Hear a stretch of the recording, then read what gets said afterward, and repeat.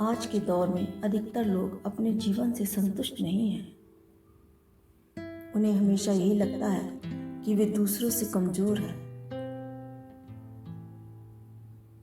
अपने असंतुष्ट जीवन का जिम्मेदार वे ईश्वर को समझने लगते हैं। इस कहानी को पढ़ने के बाद आप जीवन से संतुष्ट भी होंगे और भगवान को भी दोष न देकर उनका शुक्रिया अदा करेंगे।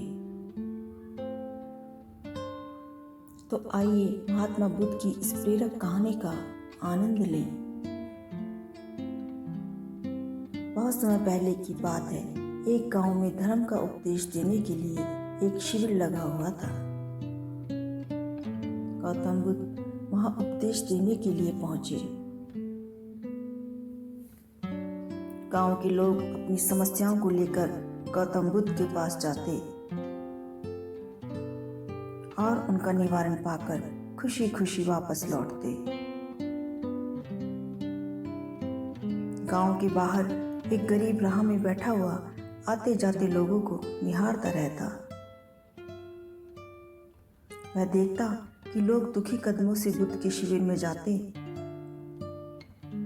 पर जब लौट कर आते तो एक नई ऊर्जा को साथ लेकर आते और उनके चेहरे पर खुशी की ताजगी रहती। गरीब ने सोचा कि क्यों न मैं भी भगवान बुद्ध के पास अपनी समस्या लेकर जाऊं। यह सोचकर हिम्मत करके वह भी शिविर की ओर चल देता है।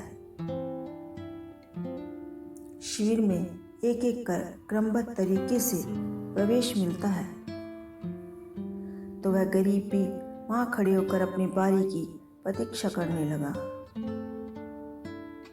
जो कुछ उसने रास्ते में देखा अब साक्षात देखने को मिल रहा है। लोग एक एक करके अपनी समस्याएं बता रहे थे और भगवान बुद्ध शांति से सुन रहे थे और जवाब दे रहे थे। उसकी भी बारी आई। उसने गौतम बुद्ध को प्रणाम किया और बोला, भगवान मैं ही गरीब क्यों?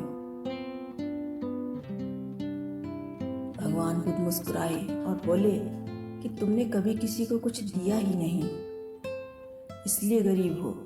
इस पर वह बुद्ध का मुंह ताकने लगा। बोला, मेरे पास तो कुछ देने के लिए है ही नहीं। बड़ी मुश्किल से गुजारा हो पाता है, कभी कभी तो भूखे पेट ही सोना पड़ता है। मैं इतना ज्यादा गरीब हूँ। भगवान बुद्ध शांत होकर बोले कि तुम्हारे पास चेहरा है, किसी को भी मुस्कुराहट दे सकते हो। तुम्हारे पास मुंह है, किसी को प्रशंसा के शब्द बोल सकते हो। तुम्हारे पास हाथ है, किसी की मदद कर सकते हो। दरअसल जिसके पास ये चीजें हैं वो भला कैसे गरीब हो सकता है? गरीबी का भाव मन में होता है, इस भाव को मन से निकाल दो। लोगों को देते जाओ, गरीबी अपने आप ही दूर हो जाएगी। ये बातें सुनकर गरीब का चेहरा खुशी से दमक उठा। उसे अपने प्रश्न का उत्तर मिल चुका था। अब उसके मन से गरीबी का भाव दूर हो गया। कुछ ही दिन में उसका जीवन खुशियों से भर गया। लोग मंदिरों में जाते हैं, बस रोते रहते हैं कि हमारे पास ये नहीं, वो नहीं।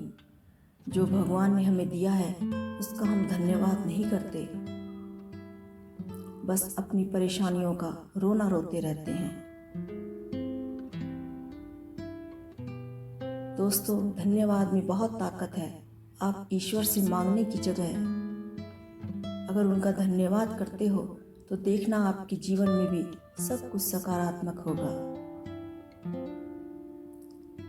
जब भी कुछ सोचो, अच्छा ही सोचने की कोशिश करो। अच्छा सोचने और अच्छा करने वालों पर ईश्वर की विशेष दृष्टि होती है।